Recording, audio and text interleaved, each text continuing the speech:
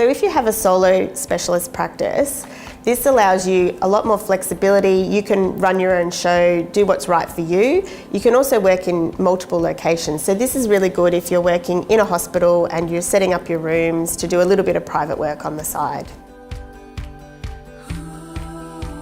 So the benefits of group practice is that it allows you to spread the costs across multiple people. You can have staff working for different specialists, and that allows you to aggregate your costs. But also, if you've got the same specialists working in the same discipline, it can give you sometimes a better work-life balance as well, as you can take time off and others can fill in for you.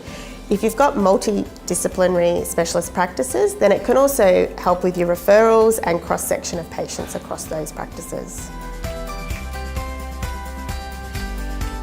So the best structure for a specialist practice will depend on whether you're going into solo practice or group practice. So as a solo specialist, you probably will still want to have a service entity.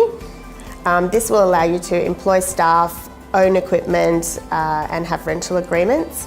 Generally, we'd recommend that you do this through a discretionary trust. This gives you the most taxation flexibility and also asset protection. If you're going into a group practice, however, with other specialists or GPs, then generally we'd probably have a unit trust, a hybrid trust or a company, so you can unitise that value and others can buy in and sell down as required.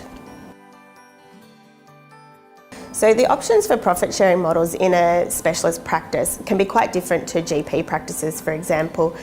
If you have a unit trust or a company, then the profit will be a set percentage. Sometimes with specialist practices, we find different earning levels and models are required based on different equipment usage, staff usage, and just generally different income earning.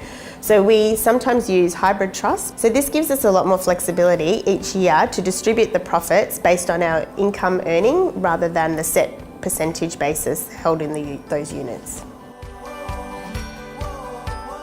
So what type of practice is right for you will depend on your individual circumstances and how you want to interact with your patients. There's no one size fits all, and it really comes down to what you are trying to achieve at the end of the day. If you can sit down with someone who understands your industry and can talk through the different options, this will give you the best outcome.